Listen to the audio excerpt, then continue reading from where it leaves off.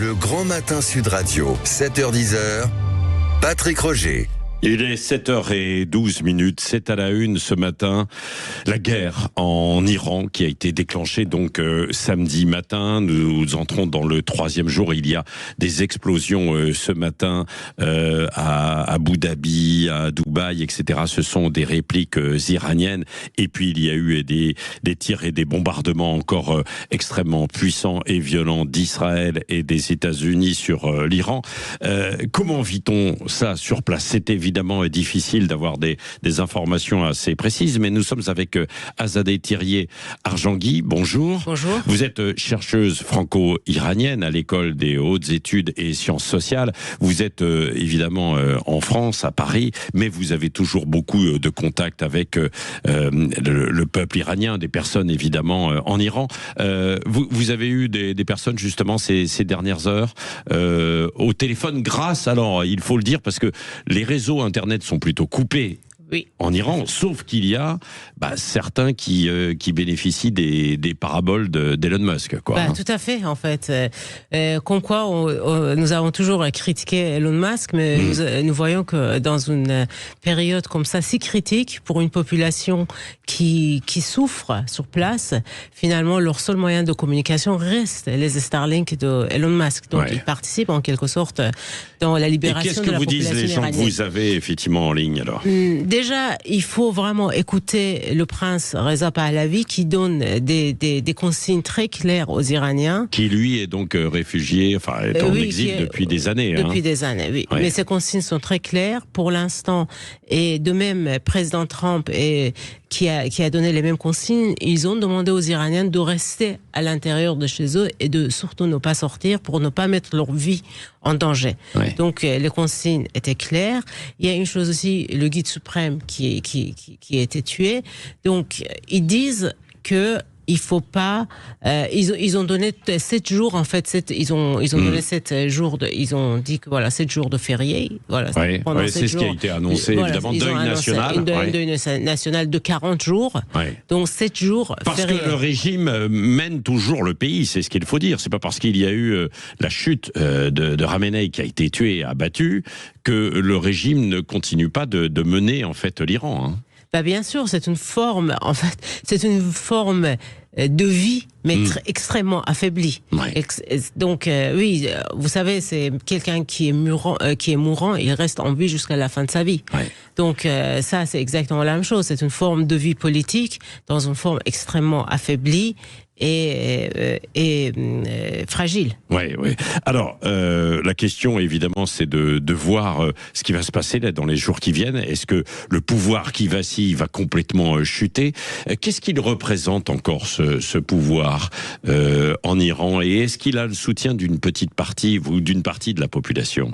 Une petite partie, peut-être ceux qui en bénéficient, mais ceux qui en bénéficient, ils peuvent changer de camp aussi au jour lendemain. Ça, c'est une partie des choses. Et après, il existe quand même, comme tout pays, il existe des gens vulnérables, dépendants socialement, économiquement. Donc, ils ont besoin de ce régime, mais ça représente quoi? Ça représente très peu de personnes. On dit une dizaine de millions de personnes.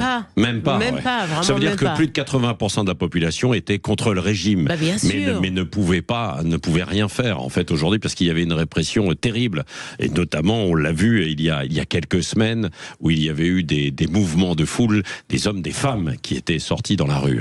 Vous voyez, vous parlez de mouvements de foule, c'est-à-dire qu'ils n'ont pas rien fait, ils ont fait vraiment le maximum qu'ils pouvaient. Je pense que les Iraniens vraiment, ils ont donné tout ce qu'ils pouvaient donner. Donc ils ont fait vraiment le maximum. Comment ils peuvent faire plus sans rien. Qu'est-ce que vous pouvez dire aux Français qui s'interrogent ce matin sur cette opération qui a été déclenchée par Trump et en même temps Israël contre ce régime iranien?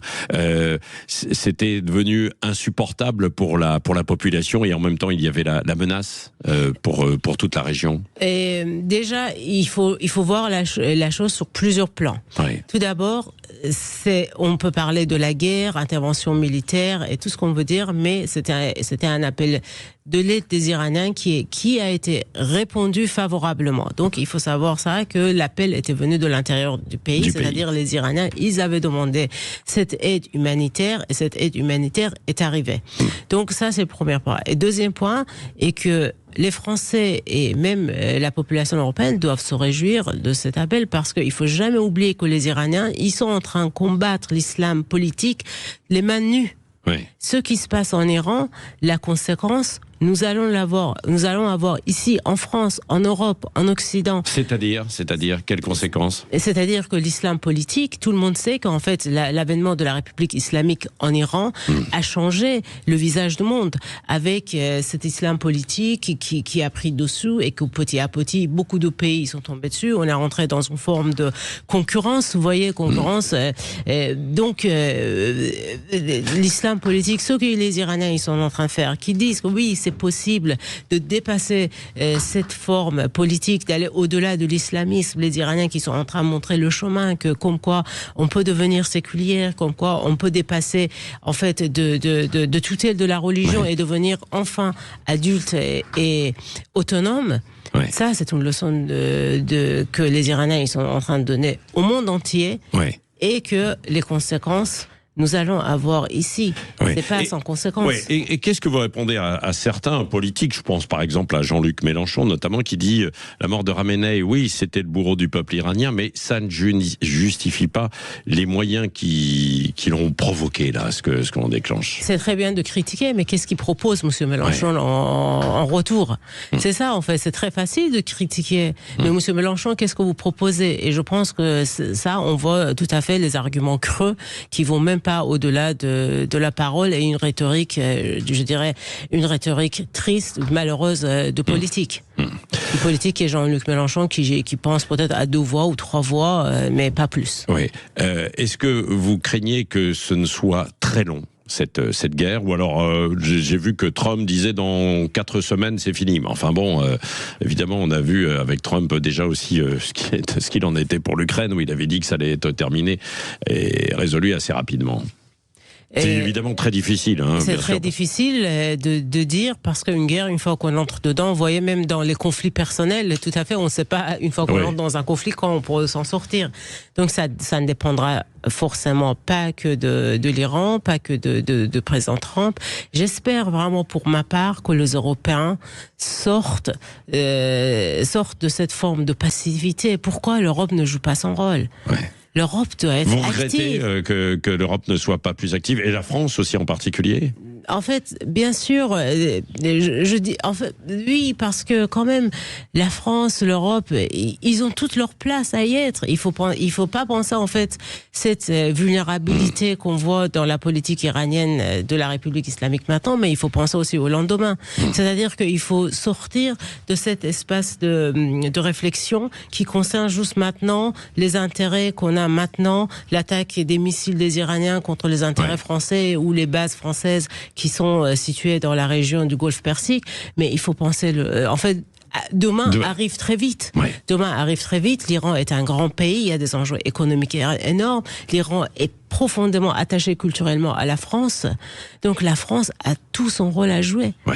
Merci beaucoup Azadeh Thirier-Arjangui d'être venu ce matin au micro de Sud Radio. Je rappelle que vous êtes chercheuse franco-iranienne à l'école des hautes études en sciences sociales et que vous êtes évidemment toujours en lien avec beaucoup de gens en Iran et notamment à Téhéran. Merci d'être venu ce matin au micro de Sud Radio.